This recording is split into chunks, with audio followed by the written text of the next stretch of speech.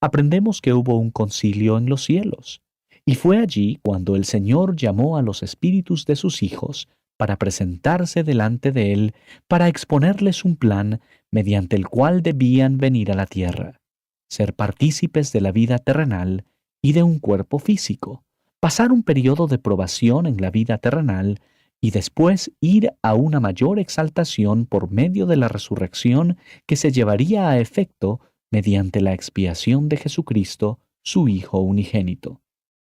El Hijo de Dios dijo: «Descenderé y pagaré el precio, seré el Redentor, y redimiré a los hombres de la transgresión de Adán. Tomaré sobre mí los pecados del mundo, y redimiré o salvaré de sus propios pecados a toda alma que se arrepienta». La experiencia y el conocimiento obtenidos en esta vida terrenal no se podían obtener de ninguna otra manera, y el recibir un cuerpo físico era esencial para su exaltación.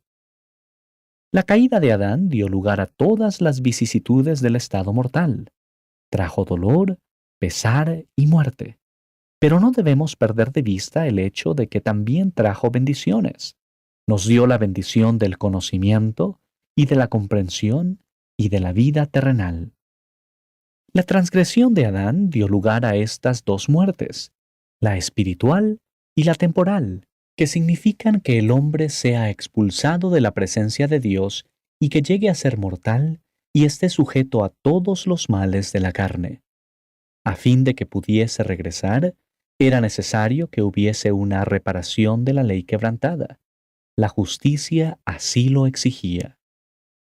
Supongo que todos entendemos el hecho de que Jesucristo era Jehová, quien guió a Israel en los días de Abraham y Moisés, y ciertamente desde los días de Adán. Nuestro Salvador era un Dios antes de nacer en este mundo, y trajo consigo ese mismo estado al venir aquí. Era tan Dios cuando nació en esta tierra como lo fue antes. Pero en lo concerniente a esta vida, parece que tuvo que comenzar igual que todos los demás niños, y debió obtener su conocimiento línea por línea.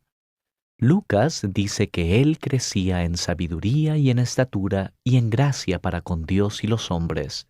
Jesús creció con sus hermanos, se fortaleció y esperó en el Señor a que llegara el tiempo de su ministerio, y servía bajo su Padre, y no hablaba como los demás hombres, ni se le podía enseñar, pues no necesitaba que hombre alguno le enseñara. Y pasados muchos años, se acercó la hora de su ministerio. Sin duda, Jesús vino al mundo sujeto a las mismas condiciones requeridas a cada uno de nosotros. Él olvidó todo y tuvo que crecer de gracia en gracia. Su olvido, o el que se le haya quitado su conocimiento anterior, era necesario tal como lo es en el caso de cada uno de nosotros, a fin de cumplir con la presente existencia temporal. La verdadera razón de la venida de Jesucristo al mundo fue, primeramente, redimir de la muerte física o terrenal a todos los hombres, la cual Adán trajo al mundo. Y en segundo lugar, redimir a todos los hombres de la muerte espiritual o expulsión de la presencia del Señor, a condición del arrepentimiento y de la remisión de los pecados y de la perseverancia hasta el fin de la aprobación terrenal de estos. Tengan presente, por encima de todo, ahora y en todo momento, que Jesús es el Cristo, el Hijo del Dios viviente, que vino al mundo para dar su vida a fin de que nosotros vivamos. Esa es la verdad y es una verdad fundamental. Sobre ella se edifica nuestra fe. No puede ser destruida.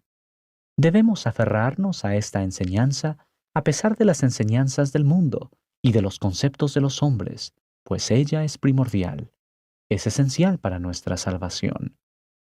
El Señor nos redimió con su sangre. Él nos dio salvación, siempre y cuando, y hay una condición que no debemos olvidar, obedezcamos sus mandamientos y lo recordemos siempre.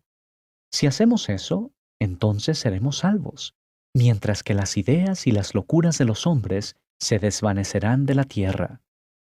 Es mediante la fe que venimos a Dios, Si no creyéramos en el Señor Jesucristo, si no tuviéramos fe en Él ni en su expiación, no nos sentiríamos inclinados a prestar atención alguna a sus mandamientos. Es porque tenemos esa fe que podemos entrar en armonía con su verdad y tenemos el deseo en nuestro corazón de servirlo. El primer principio del Evangelio es la fe en el Señor Jesucristo. Y naturalmente, no vamos a tener fe en el Señor Jesucristo sin tener fe en su Padre. Entonces, si tenemos fe en Dios el Padre y en el Hijo, y somos guiados, tal como deberíamos serlo, por el Espíritu Santo, tendremos fe en los siervos del Señor mediante los cuales Él ha hablado. El Señor tiene por objeto que los hombres sean felices. Tal es su propósito. Pero los hombres se niegan a ser felices, y ellos mismos se hacen miserables porque creen que sus caminos son mejores que los de Dios, por motivo del egoísmo, la avaricia y la maldad que hay en sus corazones. Y eso es lo que nos está pasando hoy. Este periodo de probación terrenal es breve, solo un corto tiempo que une la eternidad pasada con la eternidad futura. Sin embargo, es un periodo de gran importancia. Esta vida es el período de mayor importancia en nuestra existencia eterna.